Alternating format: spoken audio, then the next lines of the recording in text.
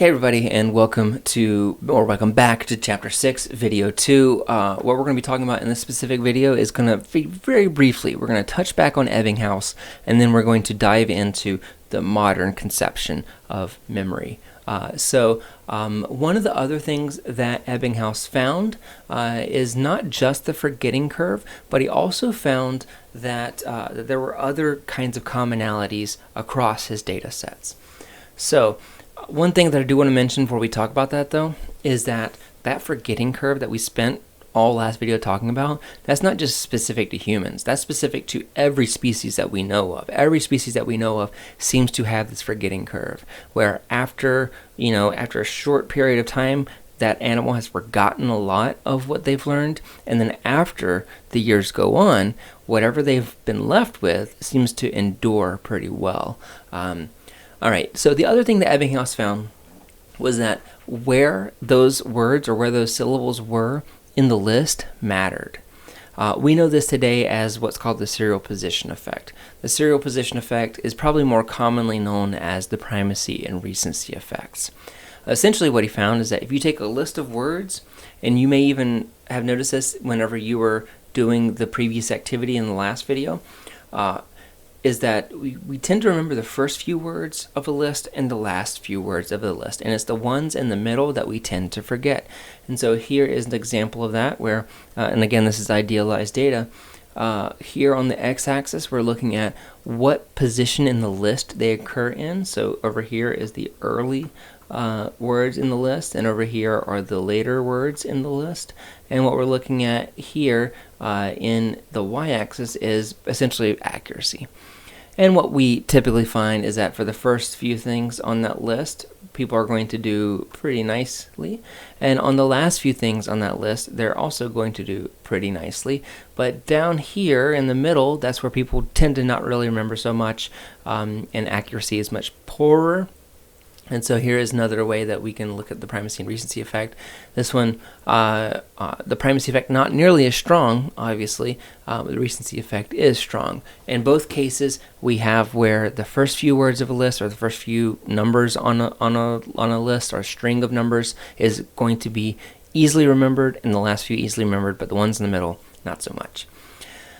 And whenever Ebbinghaus published this stuff, people were interested in it, but it wasn't very long after he published this that psychology just found itself interested in other kinds of questions, specifically behaviorist type of questions.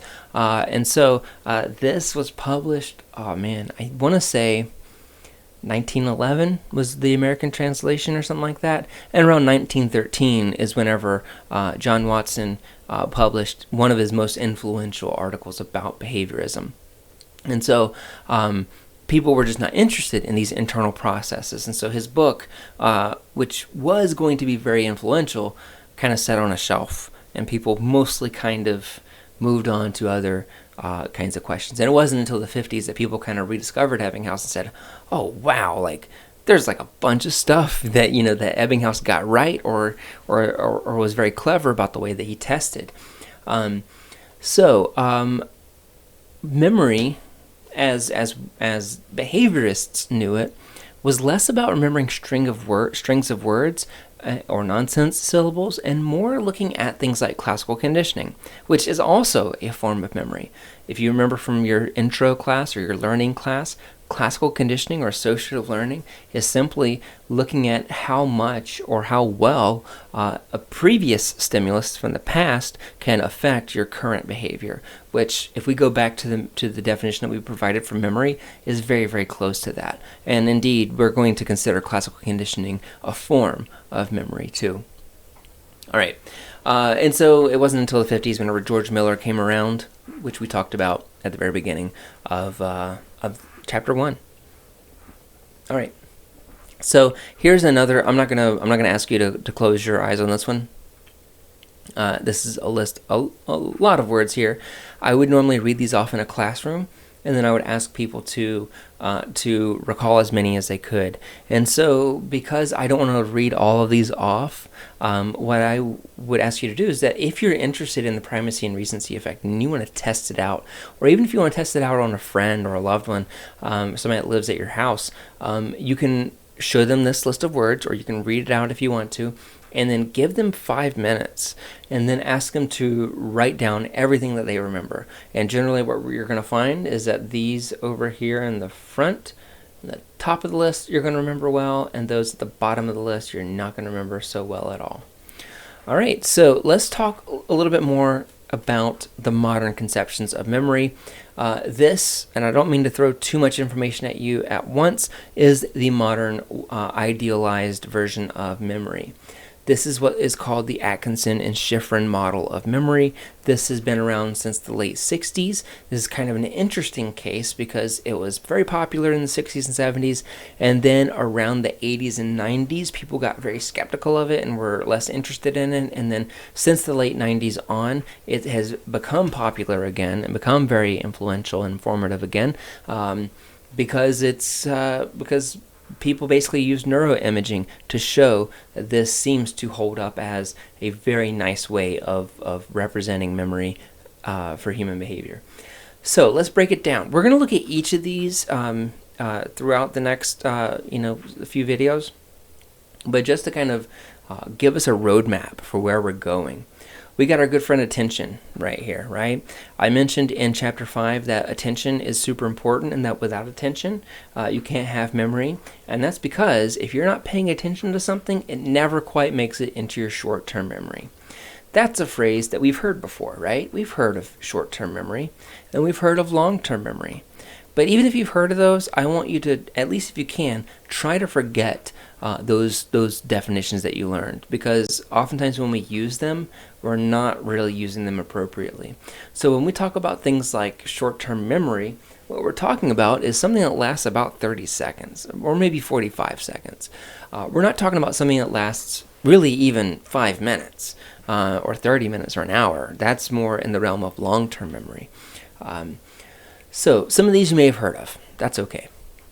So generally, we're going to start out by looking at sensory memory, which you may not have heard of before, but we're going to be looking at that first.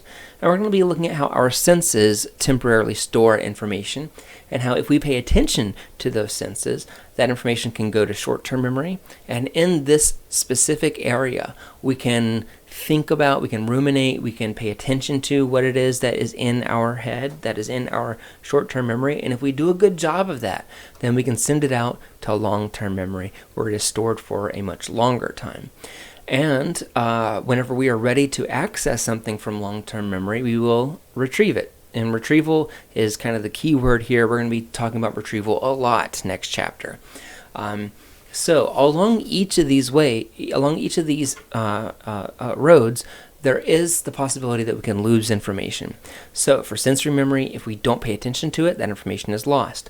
At short-term memory, if we don't rehearse that information, so if we don't dwell on it and we don't think about it, we don't pay attention to it, then that information is lost. And then once things get into long-term memory, just naturally, they can be lost as well. So the odds are stacked against us. Our memory is not very good. That's okay. What we're going to do in the next few chapters is look at the ins and outs of memory, and I think that should give you enough of a idea of how you might be able to fight some of this stuff, so that you can have the best memory that you can, or at least give you the tools so that you can be like that. So I mentioned that this model of memory became more popular whenever people started using neuroimaging to look at what's going on in the brain, and so I want to be careful whenever I talk about that, because memory is not a specific place in the brain. A lot of times people will point out the hippocampus, and the hippocampus is great, but it is not where all memories are stored in the brain. So sensory memory, short-term memory, and long-term memory do not easily map out onto the brain into specific modules, but you can see how it works in a big picture sort of way. That our sensory memory is going to be localized in the areas of our brain that are specifically used for sensing and perceiving information. So what does that mean? Basically, if you think about our visual senses, those all take place back here in the occipital lobe, right? And so a lot of our visual sensory memory is going to be stored in this area as well. If we want to talk about something like our remembering what we heard, specific sounds of what we heard, that is going to be processed in the temporal lobe. So that is going to be processed right around this area, because that is also where where our brain helps perceive what it is that our ears are hearing. And so sensory memory is going to be very short lasting, but is going to kind of camp out in all of these areas that are associated with senses. So for seeing, that's our occipital lobe. Occipital lobe. For hearing, that is going to be in our temporal lobe. And then it gets a little bit murkier. If we're talking about touch, touch is going to be in our somatosensory cortex, this spot right here, which is all about sensing and perceiving touch. If we're talking about smell, smell is going to be used more in this area right here, which is our olfactory cortex. And then if we're talking about taste, that is going to be further on in here in the middle of the brain in the insular cortex. So those are the areas that are active during sensory memory. It's not just one area, it's lots of areas.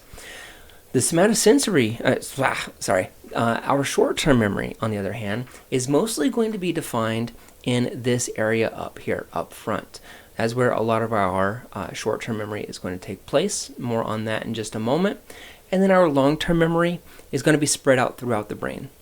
It's literally going to be in any corner of the brain. Your long-term memory could be stored there. So we'll talk about the role of the hippocampus by the end of these chapters. But it is an oversimplification to say that the hippocampus alone is responsible for memory. You can think of the hippocampus as the part of the brain that helps us consolidate information into long-term memories. It helps it move across the surface of the brain. It helps these memories get formed throughout the cortex. All right, so let's look specifically at sensory memory here. So we're going to be looking at this incoming information, what we sense and perceive, and how that is temporarily stored in our sensory memory. I'm about to sneeze, I apologize. All right, so our sensory memory is a very brief period of memory, way briefer than short-term memory, and we are talking very brief. If I were to ask you, how brief do you think sensory memory is? Usually I hear people say a couple of seconds. It's even shorter than that, bro. It is like, it's like maybe half a second. It is maybe, if you're lucky, a full second. It is something that is a very, very short time frame. But with that being said, it has a very large capacity. So what does that mean? Basically, it means that the information that we can detect right now is currently in our sensory memory, and we can detect a lot of things as long as our attention is focused on it, right? But in that regard, our capacity is very, very big. It's just that capacity is very short-lived. So we can temporarily hold on to a lot of sensory experiences, but they only really last for maybe a second. So ultimately what sensory memory is ongoing activation in the different sensory systems in our brain, like those that are responsible for perceiving what we see, perceiving what we hear, and those activated neurons are essentially our sensory memory. So whenever we sense something, those areas of the brain are active because they're processing it. While those areas are active, that's essentially what sensory memory is. So visual sensory memory occurs in the occipital lobe and so on, like I mentioned in the previous slide.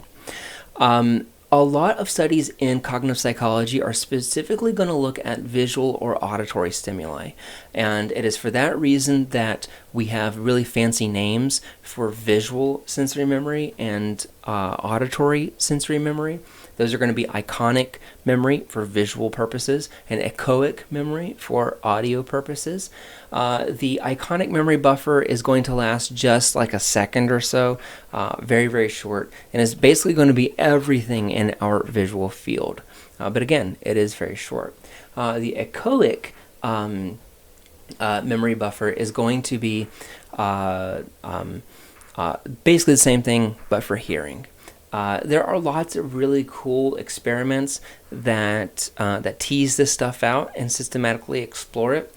Unfortunately, we don't have enough time this semester to really dive into that stuff. However, with that being said, I am going to